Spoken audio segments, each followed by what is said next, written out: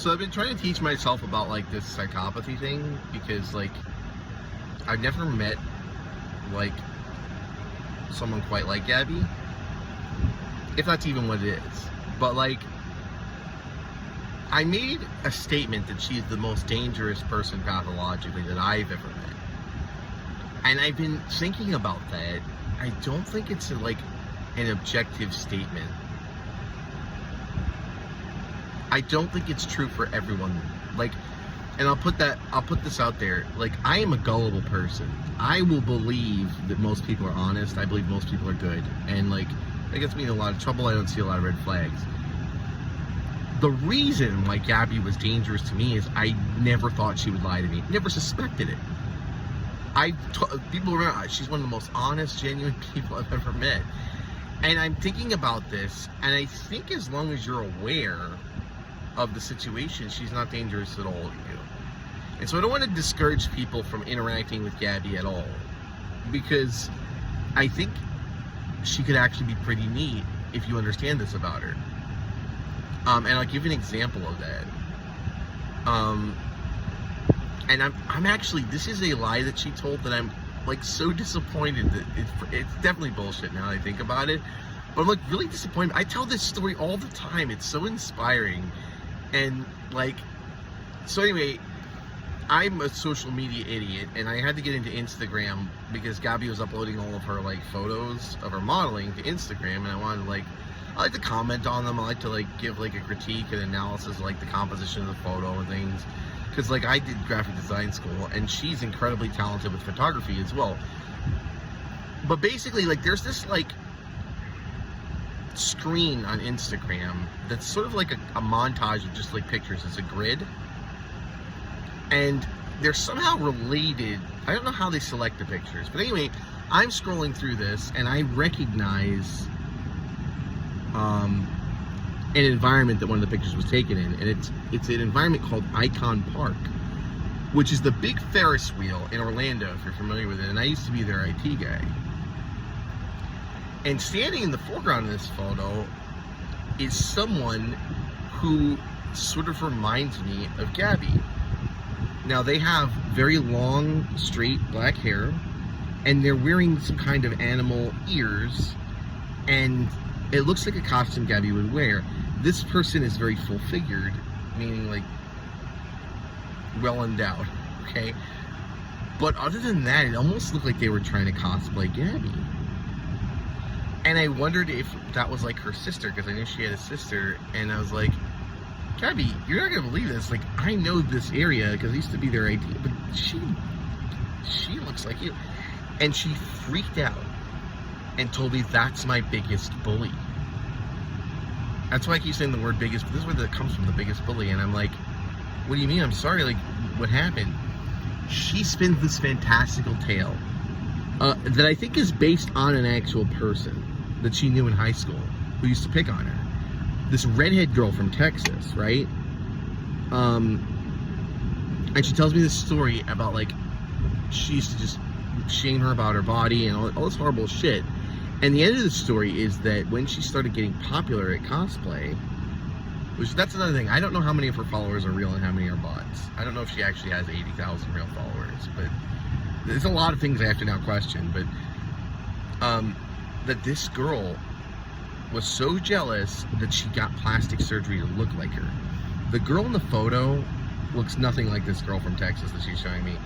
And she kind of showed me some screenshots of like a forum she's on where she's like making fun of this redhead girl from Texas. Apparently, like, she's a joke among the cosplay people. I guess there's some shade thrown at her because she did OnlyFans or something. But like, I don't. Let's just scroll past it real quick. I didn't like read through the whole thing. And I remember so many times I would say, Gabby, do you realize that you, like, without being vicious, your biggest bully is now your biggest fan? Do you know how inspiring that is? And I referred to myself as her second biggest fan as a joke because, like, I could never get plastic surgery to look like her. And so, like, privately, I would say, I'll always be your second biggest fan. It was something I would say to her. And the whole story's made up.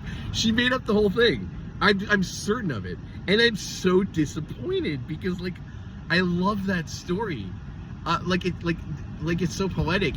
And part of me is wondering, like, she definitely draws pictures, and she definitely, like, does costumes. She should write stories.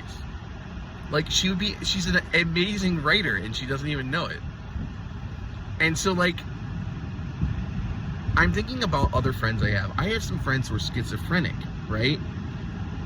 And they have these horrible paranoid delusions. I knew this one guy who has the delusion of being a targeted individual, which is like this delusion that, like, the government's after you or something, right? Not like people are harassing you into believing that there's mafia involvement. That's an artificial thing. But just like, he'll be sitting in a Denny's and everyone in the Denny's is there to monitor him, right?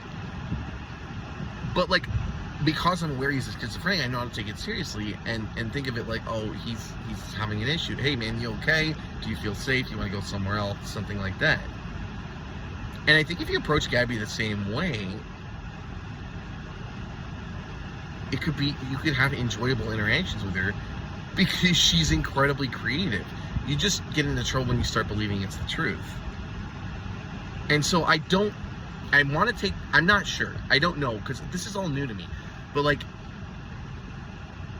to say she's innately dangerous, she's only innately dangerous if you're a gullible idiot, which is what I am.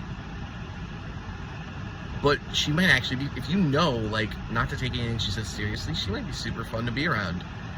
And, like, I don't know if she's self-aware of all the, I don't know if she believes the things she's saying. There's so much I don't understand. It's like I knew this person for 2 years, and now I have to go back and, like, meet them through my memories again, trying to figure out, like, what the fuck was going on. And I think back, I had criticized her father for saying, in response to my concerns about her, Gabby is safe, I hope this brings you peace. Like, he was apathetic about it. And when you put that in context of, like, he's probably thinking, like, oh, Gabby did it again. We're going to start this again. Because, like, I was over the house briefly. I spoke, like, to her mom. But, like, I don't know if they knew she was doing that to me, right? Like, I was just over there to record a song in her bedroom. The Internet Death Machine album. So, like, it was probably, like, an eye roll moment for her dad. I don't know. I'm sure that her parents are aware that this goes on. I am sure that her dad, this is not his first rodeo having to deal with the fallout of something like this. But, like, on the other hand, I feel like a better approach would have been like, listen, Aaron, there's something you should know about Gabby and some of the stories that she tells. And I would have been like, oh, because, like, I myself have a diagnosis. I would understand. And I would find that in common with her because, like, and also I don't know if she's diagnosed officially. I don't know if this is like a family and, you know, there was something that was said, it's a family matter. They prefer to deal with it privately. And now, you know, at this point, I feel like it's important to follow up with it. Yeah, it's probably something they know about. I don't know if Gabby knows about it, and she's not in treatment for it because there is no treatment.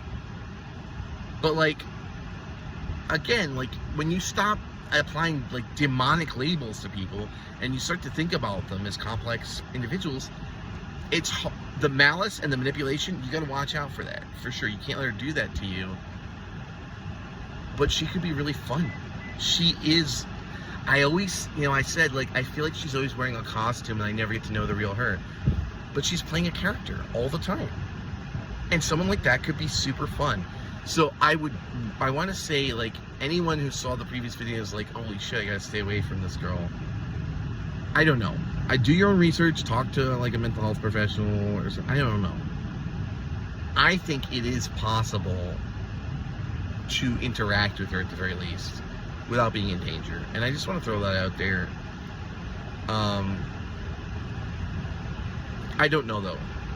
Like, I don't know what it is. I'm, like, relating it to this dark empath psychopathy stuff because it looks like that. But really, like, maybe she knows. I don't know. You'd have to ask her. Whatever it is, she just has this, like, every interaction is about manipulation and this lying situation. But like, what did she gain? You know what it is? That's an example of a manipulation for emotional response, because I was inspired by it. But is that malicious? No, it could be the opposite. Like, I forget how we got on that topic. It was just because I saw that picture, but what were we talking about before that? Maybe she's wanting to make up an inspirational story to make me feel good, because that really did make me feel good. Like, I don't know any of this. She's such a fascinating individual in general, but it was dangerous. And like, what she did, like, had I had a primer on this, I would have known that she was like playing a bit when she pretended to be kidnapped. I don't know, but like, yeah, communication's important. That's been a theme, and I just want to throw this out there because I don't want to isolate her if she's not dangerous, right? And that's what I want to say.